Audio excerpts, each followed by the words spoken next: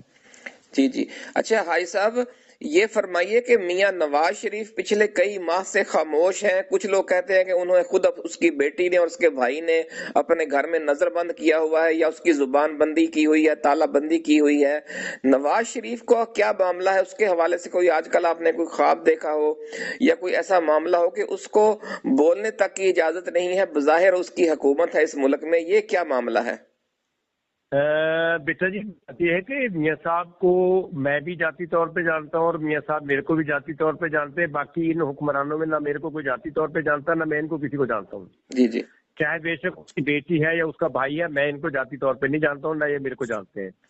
میاں صاحب جو ہے نا ایک تو دل کے اندر بہت بڑی بات رکھتے ہیں, کیونکہ اس کو بلایا تھا وزیر اعظم بنانے کے لیے, انہوں نے وزیر اعظم نہیں بنایا.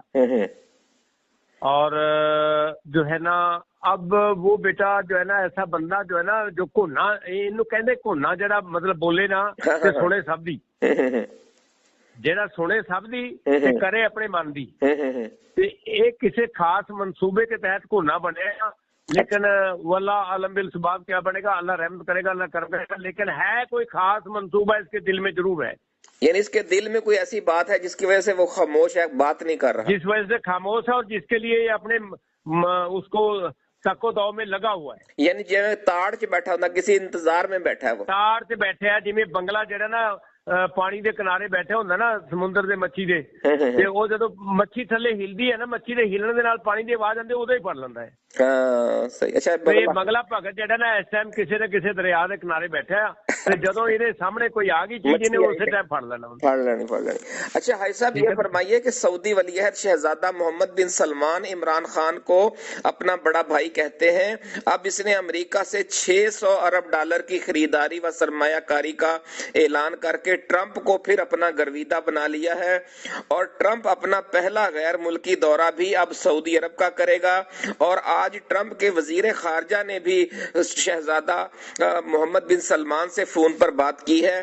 کیا ٹرمپ کے دورے کے دوران شہزادہ محمد بن سلمان پاکستان کے حوالے سے, عمران خان کے حوالے سے بھی کوئی کردار ادا کرتا ہوا نظر آ رہا ہے آپ کو؟ بیٹا جی ایسے اس حوالے سے تو میں نے نہیں دیکھا, لیکن وہ کرے گا ضرور, کیونکہ اصل میں نا شہزادہ محمد سلمان جو ہے نا وہ اس کا بڑا اچھا دوست ہے.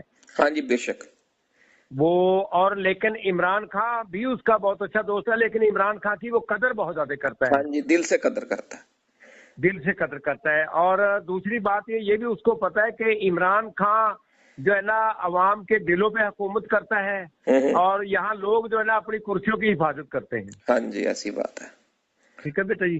تو اس وجہ سے میرے کو لگتا ہے کہ شہزادہ سلمان جو ہے نا وہ بھی بیٹا جدھر سے اس کو کوئی مال نظر آئے گا ادھر پیسے دیتا ہے, جہاں سے کوئی چیز اس کو اپنا فائدہ نظر آتا ہے. ہاں جی ایسی بات ہے. تو ظاہر بتا ہمارے حکمرانوں نے بھی جا کے اس کے تلے توڑے کیے, کسی طریقے سے ہمارے ابا کو ہمارے لیے سمجھا دو, کیونکہ ٹرمپ ان کا ابا ہے نا ہمارے جو حکمرانوں کا. ایسی بات ہے. تو اس نے سلمان بھی اس سے جو ہے نا شہزادہ سلمان سے جو ہے نا آگے کہا بھی ان کو جو ہے نا جو یہ ہمارا ابا, اس کو ہمارے لیے کچھ تھوڑا سا ذرا نرمی کا گوشہ رہنے دو.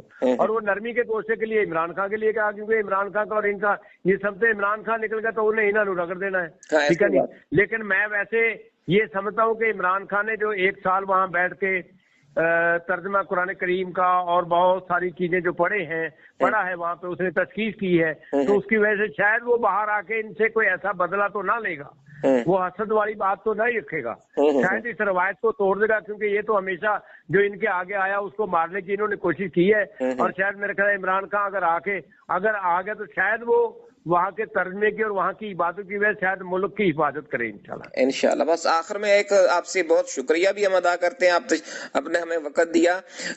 پچھلے 2-4 ہفتوں یا مہینوں میں آپ نے کوئی پاکستان کے حوالے سے, کوئی دنیا کے حوالے سے, عوام کے حوالے سے کوئی خواب دیکھا ہو یا کوئی آپ کو اشارہ ہوا ہو وہ فرمائیں. وہ بیٹا جو ساتھ کے ساتھ جو چیز ہوتی ہے بیٹا وہ میں بتاتا رہتا ہوں آپ کو, ایسی بات نہیں ہے. سارے جتنے بھی لوگ ہیں میرے پاس جو آتے ہیں میں ان کو کبھی انکار نہیں کیا ہے. جی جی. اور میں ان کو وقتاً فوقتاً جو بھی کوئی بات ہوتی ہے وہ ساتھ کے ساتھ بتا بھی دیتا ہوں. ویسے میں نے یعنی پچھلے سال تو ان کو میں نے رہا ہوتے دیکھا تھا, اور پھر یہ وہ تینوں کے 3 کیسوں کی سزا ان کی ختم ہو گئی تھی, جو ان کو ایک دم کیس ہوئے تھے اور ان کی سزا بھی مل گئی, پھر وہ معاف بھی ہو گئی تھی اور اس میں وہ بری بھی ہو گئے تھے. جی جی. لیکن وہ جو ہے نا اب اس کو بیچارے کو کسی کیس میں انہوں نے اندر نہیں رکھا ہوا, اپنی حفاظت کے لیے رکھا ہوا کہ جو باہر آ گئے تو یہ مر جان گے. ٹھیک ہے نہیں, تو وہ